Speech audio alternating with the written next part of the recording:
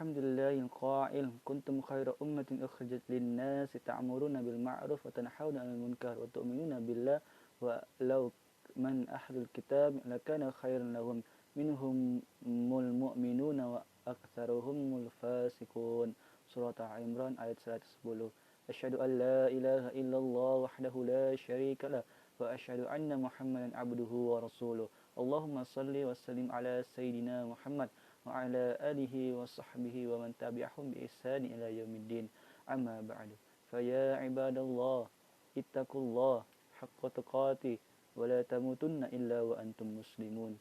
Sidang jemaah yang dirahmati Allah, saya berpesan kepada diri saya dengan menyuruh sidang hadirin sekalian, marilah bersama-sama kita meningkatkan ketakwaan kepada Allah Ta'ala dengan bersungguh-sungguh melaksanakan segala perintahnya dan meninggalkan segala larangannya. Mudah-mudahan kita diberkati di dunia dan di akhirat. Khatib pada hari ini akan membicarakan khutbah yang bertajuk Mihna dan Tribulasi Dakwah. Sidang Jumaat yang dirahmati Allah. Allah menyebutkan bahawa umat Muhammad adalah sebaik-baik umat jika mereka melaksanakan amal ma'ruf dan nahi munkar. Sebagaimana Allah berfirman dalam surah Al-Imran ayat 110 yang dibacakan di awal khutbah tadi, yang bermaksud kamu, yakni umat Muhammad, adalah sebaik-baik umat yang dilahirkan bagi faedah untuk manusia, yakni kerana kamu menyeru berbuat segala perkara yang baik dan melarang daripada segala perkara yang salah, yakni berbuat keji, serta kamu pula beriman kepada Allah, yakni dengan sebenar-benar iman.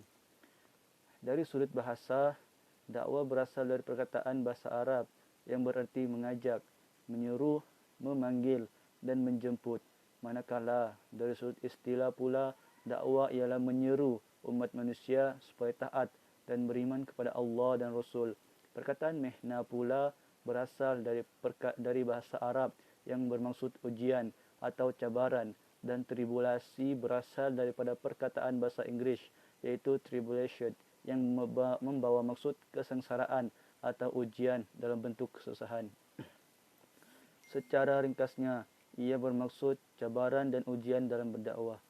Era kontemporari kini menunjukkan suatu perkembangan peradaban dan kemajuan kemanusiaan dalam pelbagai aspek kehidupan.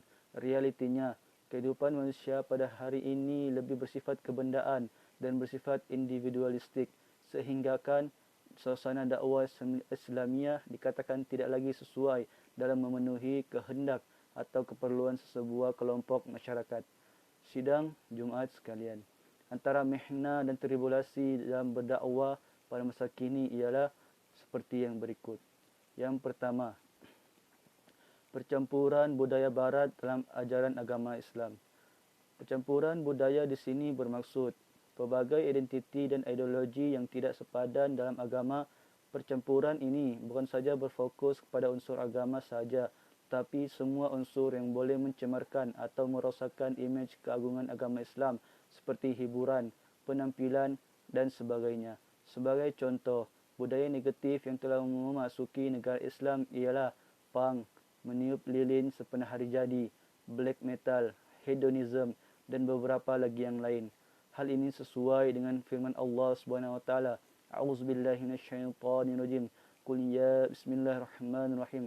Qul ya ayyuhal kafirun la a'budu ma ta'budun wa la antum 'abiduna ma a'bud wa la ana 'abidun ma battum wa la antum 'abiduna ma a'bud lakum dinukum waliyadin.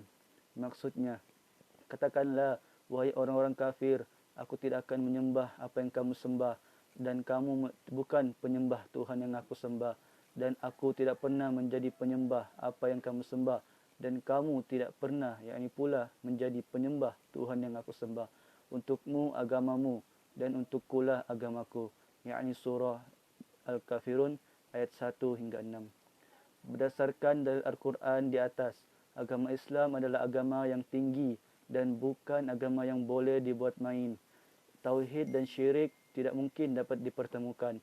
Jelaslah bahawasanya perkara berkaitan budaya atau adat yang mempunyai sebarang unsur syirik tidak mungkin dapat disatukan dalam kehidupan agama Islam. Sidang Jemaah Jumaat yang dirahmati Allah. Yang kedua, fitnah terhadap golongan pendakwah.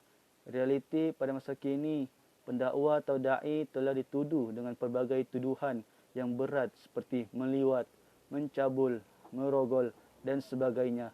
Sebagai contoh, dalam akhbar Sinar Harian yang bertarikh 11 Mac 2019, pendakwa muda yang bernama Fadil Azli Ismail difitnah menghina Islam di dalam akaun Facebook. Hal ini menunjukkan pelbagai medium digunakan oleh golongan seperti ini untuk menghentikan perjalanan dakwah Islam ini daripada terus tersebar luas. Hal ini sesuai dengan firman Allah Subhanahu wa taala, A'udzubillahi minasyaitonirrajim. Fa inna ma'al usri yusra, inna ma'al usri yusra, yang bermaksud maka sesungguhnya bersama kesulitan ada kemudahan.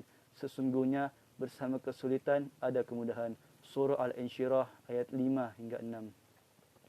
Berdasarkan dalil di atas, membuktikan bahawasanya setiap daripada permasalahan pasti ada jalan penyelesaiannya. Setiap yang memudahkan dalam urusan agama Allah, niscaya Allah akan membantunya dalam kehidupannya.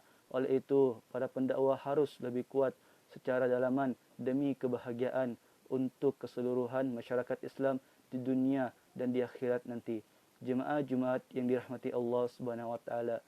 Mengakhiri khutbah pada hari ini, ingatlah bahwasanya setiap dari kita itu merupakan seorang pendakwa, yang mana seorang suami isteri berdakwah kepada anak-anaknya, seorang guru berdakwah kepada anak muridnya, seorang penjawat awam berdakwah dalam pejabatnya, pemimpin berdakwah kepada masyarakatnya, sehinggalah dakwah seorang pelajar kepada rakan-rakannya. Firman Allah Subhanahu wa taala, A'udzubillahi minasyaitonirrajim. Innallaha la yudhi'u ajral muhsinin. Yakni maksudnya, sungguh Allah tidak menyia-nyiakan pahala orang-orang yang berbuat baik. Yakni surah At-Taubah ayat 120. Barakallahu wa lakum fil Qur'anil azim wa nafa'ani wa iyyakum bima fihi minal ayati wa zikril hakim wa taqabbala minni wa minkum tilawatah innahu huwas samiul alim. Wastaghfirullahal azim li wa lakum wa lisa'iril muslimina wal muslimat wal mu'minina wal mu'minat fastaghfiru faya fawzal mustaghfirin wa ya najatat taibin.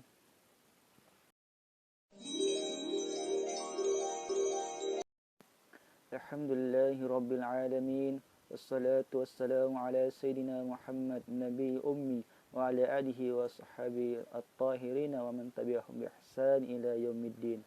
Asyhadu an la ilaha illallah wahdahu la syarika lah wa asyhadu anna Muhammadan abduhu wa rasuluh.